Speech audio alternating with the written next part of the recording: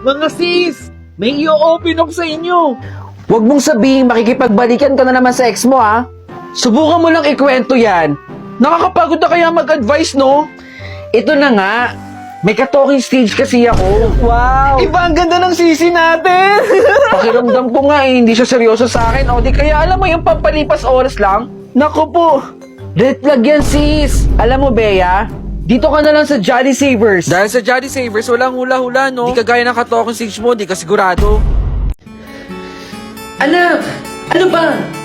Inaapoy na nalagit yung kapatid mo. Kumalma ka, Nay.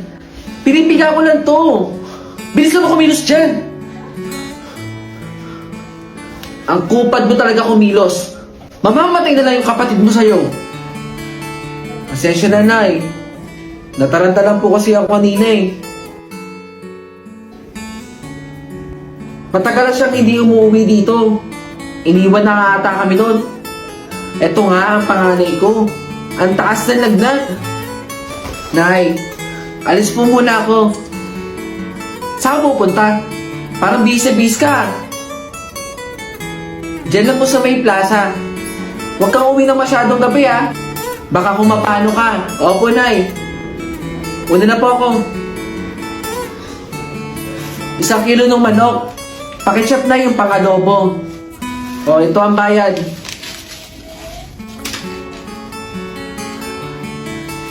Ito, Mare.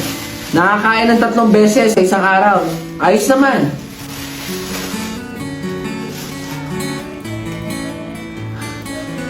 Iniwan na kami noon. Tsaka hindi ko rin naman gugustuhin na magsama pa ulit. Wala siyang kwentang tao. Si Pedro ba yun? Tama nga ang chismis. May babae nga siya. Hoy, Pedro! Sino yung kasama mo? Babae mo? Mahilig ka rin talaga sa bata eh, no? Nak! Anong ginagawa mo dyan? Nay! Si Pedro po! Boyfriend ko po! Anong boyfriend sinasabi mo? Tatay mo yan!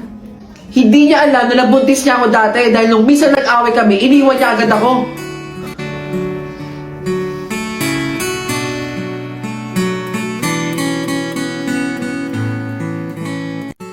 Hoy, Carl!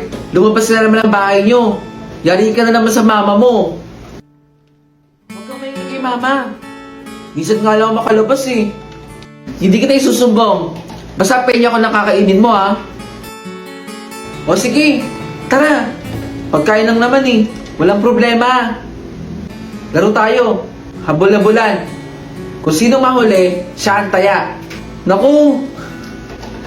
Laro na naman. Eh, madali ka nga maasar pag natatalo. Baka matalo. Puro kasat-sat. Simulan na natin. O, sige. Lapag ko lang to.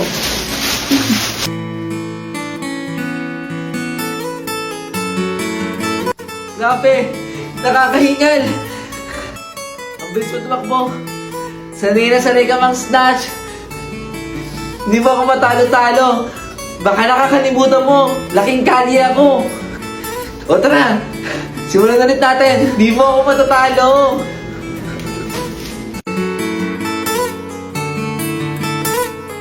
Ayun. Hindi siya pumunta. Diyos ko, nakakaawa yung bata. Mark. Nabundol yung bata, tulong! Uy, Mark. Tumayo ka dyan. Mark. Asa ba yung mga magulang nito? Gumising ka. Ikaw na lang yung totoong kaibigan ko, Mark. Mark. Naghahabulan daw yan kasi sa kalsada. Uy, Carl. Carl. Kanina ka pa nananaginip dyan. Kanina ka pa rin humahagulgol. Uy, Carl. Laro na tayo. Pinaalam na kita sa mama mo. O, sige. Antay ka dito sa labas, ha?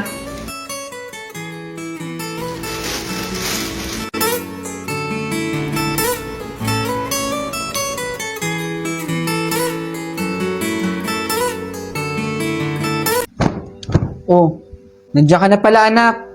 Pasensya na anak. Wala pa rin tayong ulam hanggang ngayon. Ama, huwag na po kayong problema. Nakagawa na po ako ng paraan. Ito po, may ulam na po tayo. Pagkasyahin na lang po natin. Saan galing yun, nak? Ayusin mo lang, anak. Ayoko ng mga ganon. Hindi, ma. Akin na. Ito po. Sige na. Ipaghahain ko na to. Hati na lang tayo. Sige, ma. Ma, papasok na po ulit ako. Pasensya na, anak. Wala akong may bibigay na baon sa'yo. Maglalabandera muna ako. Hindi, ma. Alam ko rin naman po na walang-wala rin po tayo eh. Kaya naiintindihan ko po. Ito pala, ma. May 20 pa ako dito. Pandagdag po sa pambili ng bigas. Salamat dito, anak, ha. Sige, ma. Wala pong anuman. Pasok na po ako. Baka mahuli pa po ako sa klase. O, sige na. Pumasok ka na. Aling Marites. Pasensya na. Puro na lang ganyan. Babayaran naman kita sa utang ko eh. Eh, kailan mo ko babayaran? Nag-short lang kami sa budget. Puro ka dahilan. Alit kasi nakita ko sa paglalabandera ko eh. Ewan ko sa'yo, ang dahil mo sinasabi. Ano yun, ma? Bakit naman po nagsisigaw si Aling Marites dyan? Ah, wala yon. May utang kasi ako kay Aling Marites. Yung pinangkain natin isang gabi. O ito, ma. May konting ipon ako dito. Ipadagdag niyo po sa pambayad. Sigurado ka bang hindi sa illegal yung kinukuha yung pera mo? Anak, umayos ka, ha? Alam kong walang-wala tayo. Pero sana naman ayusin mo yung pag-aaral mo. Oo siya, ma. Alis na po ako. Oo, sige. Mauna ka na. Saan kaya to pupunta tong anak ko? Masundan nga. Oh. Oh. Buti nandito ka na. Dala niyo ba yung mga gamit na gagamitin natin ngayon? Oo. Dala namin yung mga gamit na pinapadala mo. Nak, anong gamit ang ilalabas? Ano yun? Illegal ba yung ginagawa ninyo? Hindi, ma. Sila po yung mga tinuturuan ko. Sila po yung nagbabayad sa akin para magkaroon po ako ng baon.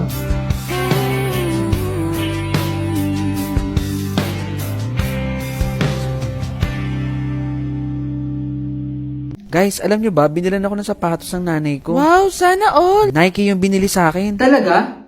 Oo, ang ganda nga ng sapatos eh. Binilan din ako ng tatay ko ng bagong sapatos eh. Ay, meron ka din? Oo, Bakit ka binili ng tatay mo? pang PE natin, di ba? Ay, oo nga pala. Kasi umiiyak na ako sa kanya. Sabi ko, bilan niya na ako ng bagong sapatos. Sana all. Pero ang galing. May bago rin sapatos. Siyempre, ganun talaga. Oo nga pala, pumunta pala kayo sa bahay. Meron kasi akong makeup kit na binigay ng ninang ko sa Meron akin. ka din? Oo, meron ako. Bakit? Ikaw? Meron din ako sa bahay. Ay, talaga? Meron ka Ayun din? nga lang, ay talaga paggamit sa akin ng nanay ko. Bakit naman ayaw ipagamit sa'yo ng nanay mo? Baka di siya marunong gumamit. Ang galing. Baka gusto niyo sa bahay na lang tayo mag-research kasi may wifi na kami. Wi-Fi? Oo, ba't parang gulat na gulat ka? Sa amin din. Last week lang nagpakabit yung tatay ko ng Wi-Fi. Wow, sana all. Magkano binigay sa yung baon? 100 lang binigay ng nanay ko pero naintindihan ko naman siya kaya okay na yun. 100 lang baon mo? Oo, bakit? Anong meron?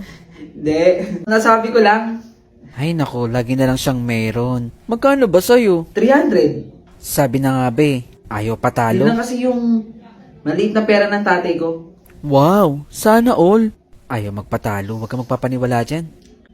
Ay, Trixie, baka pwede tayo sa inyo mag-meeting ngayon. Marami kasi tayong tatapusin eh. Huwag na pumunta sa bahay. Ayaw rin ng nanay ko ng bisita eh.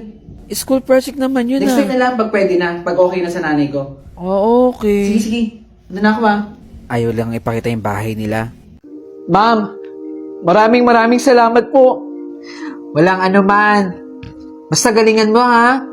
Oh, bago na naman yung katulong natin dito, BFF. Eh, kailangan kasi natin.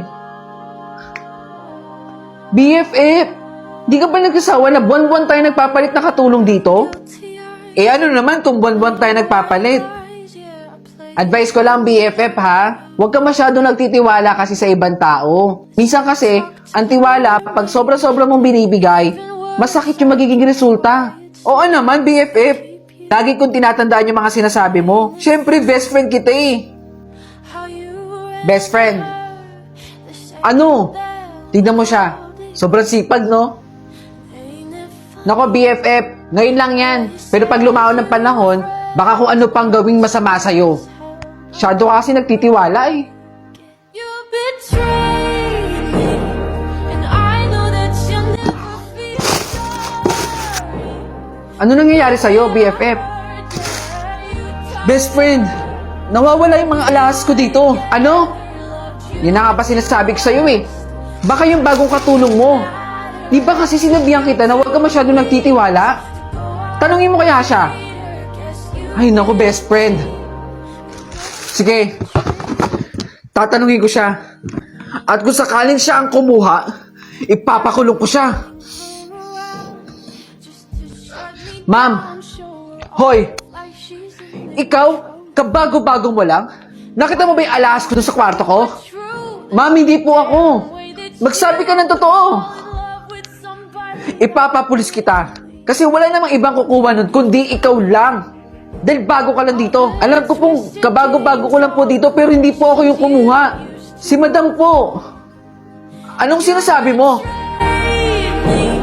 And I know that you'll never feel sorry for the way I hurt. Yeah, you talked to her when we were together, loved you at your worst, but that didn't matter. It took you 2 weeks to go off and date her. Guess you didn't cheat, but you're still a traitor.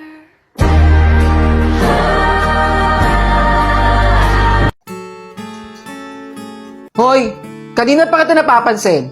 Sinusundan mo ba ako? Ano bang kailangan mo? Baka po may konting barya lang po kayo dyan. Ate. Oh, yan lang kaya ko eh. Salamat po dito. Please lang, huwag mo na akong sundan. Nakakairita eh. Pasensya na po.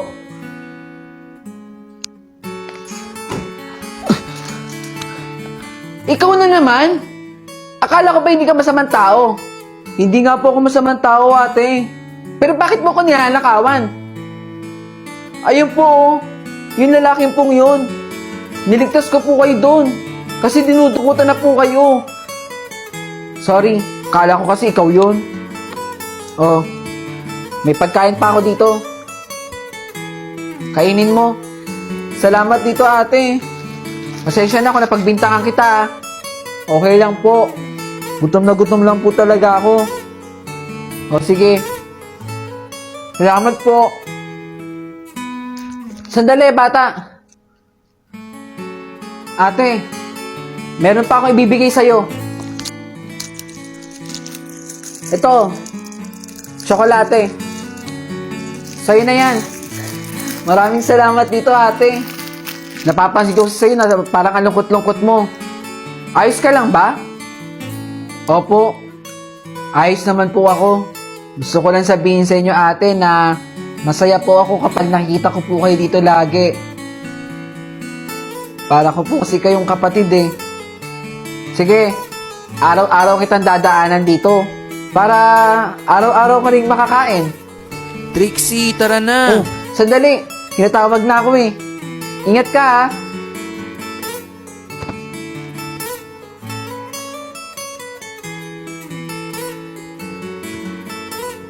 Ale, nasan po dito yung batang nakatambay lagi dito? Yung nakaputi po na damit? Iaabot ko lang sana tong regalo ko sa kanya.